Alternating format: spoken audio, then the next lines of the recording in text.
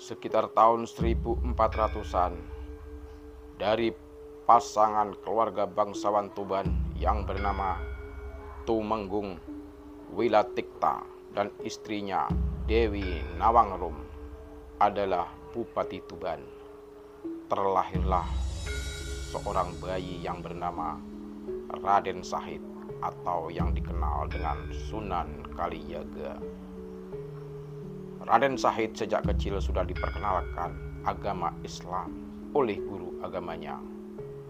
Dalam kisah-kisah Raden Sahid muda terdapat dua versi. Versi pertama, Raden Sahid dikisahkan dia adalah seorang pemuda yang nakal, alias seorang pencuri, perampok, yang pada suatu saat ketika dia melakukan aksi pencurian bahan makanan di gudang Kadipaten Tuban, tertangkap oleh pengawal keamanan kerajaan Majapahit. Maka diusirlah Raden Sahid dari wilayah Tuban.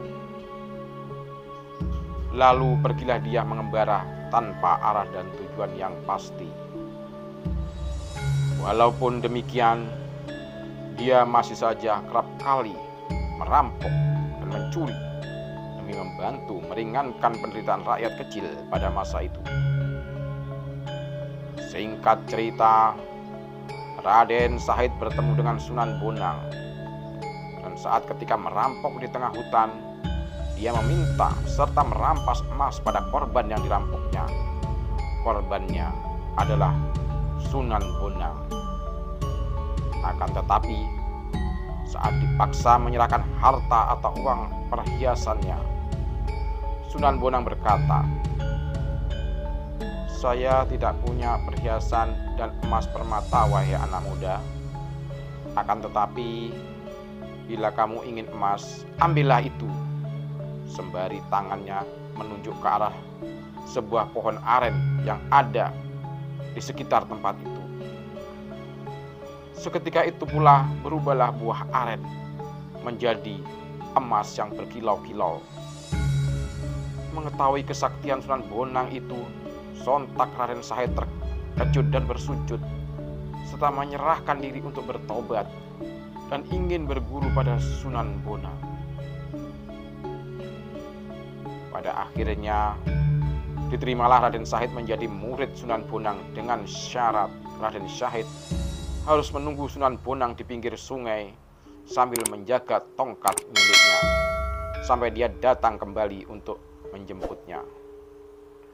Setelah waktu yang dijalaninya, akhirnya datanglah Sunan Bonang menjemputnya dan mengangkatnya menjadi seorang wali. Karena laku dan tirakatnya di pinggir sungai atau kali itulah menjadikannya ia disebut sebagai Sunan Kalijaga, yang artinya menjaga sungai. Dalam dakwah Islamnya, dia mengajari masyarakat membaca kalimat syahadat terlebih dahulu sebelum menonton pertunjukan wayang yang digelarnya, sehingga mereka dapat masuk Islam. Hampir seluruh lakon wayangnya mengisahkan tentang tasyawuf dan akhlakul karimah yang berkaitan dengan ajaran agama Islam. Selain ahli dalam perwayangan, Sunan Kalijaga juga menciptakan alat musik gamelan yang berupa gong sekaten dan diberi nama Syahadatain, di mana sebagai pengucapan dua kalimat syahadat yang masih dilestarikan hingga sekarang. Demikianlah riwayat singkat Sunan Kalijaga dalam penyebaran Islam di tanah Jawa. Semoga dapat membawa barokah dan manfaat. Terima kasih.